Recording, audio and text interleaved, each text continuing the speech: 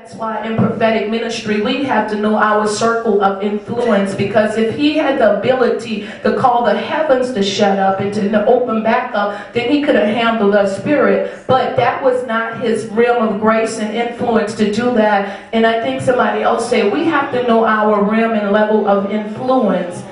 And that's why a lot of times we try to do things and it's not effective. Not that we can't, because we can do all things through Christ that gives us strength. But God give us the strength to deal with this particular area. And so that's what we have to look at and make sure that we're not crossing boundaries, because everything is not for us to handle. God raises up other people. There are areas that I'm learning even in ministry in my life I don't have to deal with.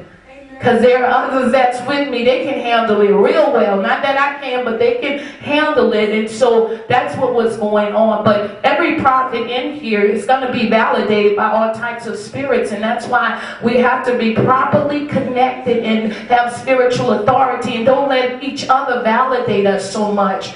And one thing we have to know, if we're properly connected, the person that we're connected to, they're really going to have a little bit more insight than you have, because hopefully they're more mature than you, they've experienced more, and they're going to be teaching you from their experience.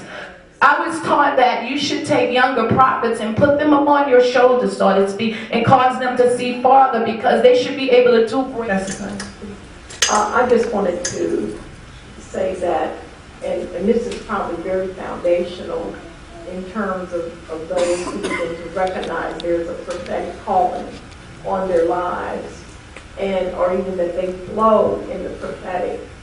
One of the foundational things that you have to commit yourself to is understanding that everything means something.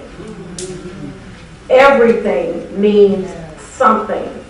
There is no coincidences in the life of one who is called into the prophetic. So you pay attention to everything that is going on around you. Sometimes people will attempt to, or they believe they're discerning, but their discernment is more focused on something they're interested in. Pay attention to everything that is going on around you, whether it's of interest or not to you personally. Because that's one of the things that you have to come to a place where you come outside of yourself. Because if you stay in what works for you, what you prefer to hear, or what you like, or whatever, many times you will miss extraordinary opportunities to serve God because you're too focused on, you're discerning, but you got to focus discernment. Yes. Some of us, truth be told, we have the prophetic calling on our lives, or we flow in the prophetic, but we still got a lot of religious stuff in us. And so we get busy discerning religious stuff. Anything having to do with church, anything having to do with ministry, anything that has to do, with icons, we can get right with that. But a true prophet of God is recognizing everything that is going on. One discipline, this is a foundational discipline that a prophet and a seer has to enter into. And that is learning, just like Psalm 46:10 says, be still and know that I am God. A lot of times, those who flow in the prophetic miss things because they are so busy running off the mouth. They miss a lot because they're so busy talking.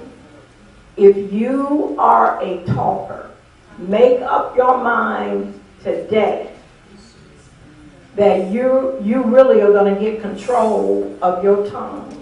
And you're going to be able to ask yourself, does this need to be released right now?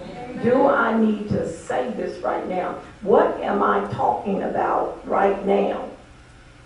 If you learn that fundamental lesson concerning your tongue and make a commitment to quiet down, make a commitment to quiet down, it will allow you to see the entire circumference of your area. And you won't, and especially when two or more prophets get together and there's a conversation going, if they all are seers, if you're all discerning, be conscious when one quiets down and follow their vision in the spirit realm. What are they looking at? What are they looking at? You don't have to ask them what they see, but you can follow them in the spirit realm. You can pick them up in the spirit and know that it's something going on that you need to tune into.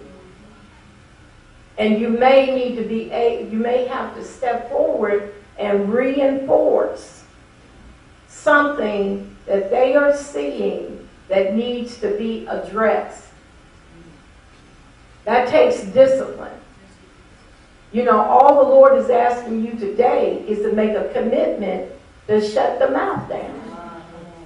Just make the commitment. The Holy Ghost will help you.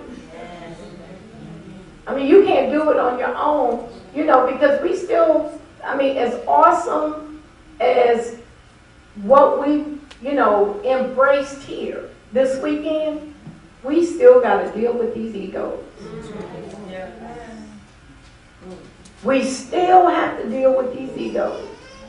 We still have to resist the urge to let somebody know what I am.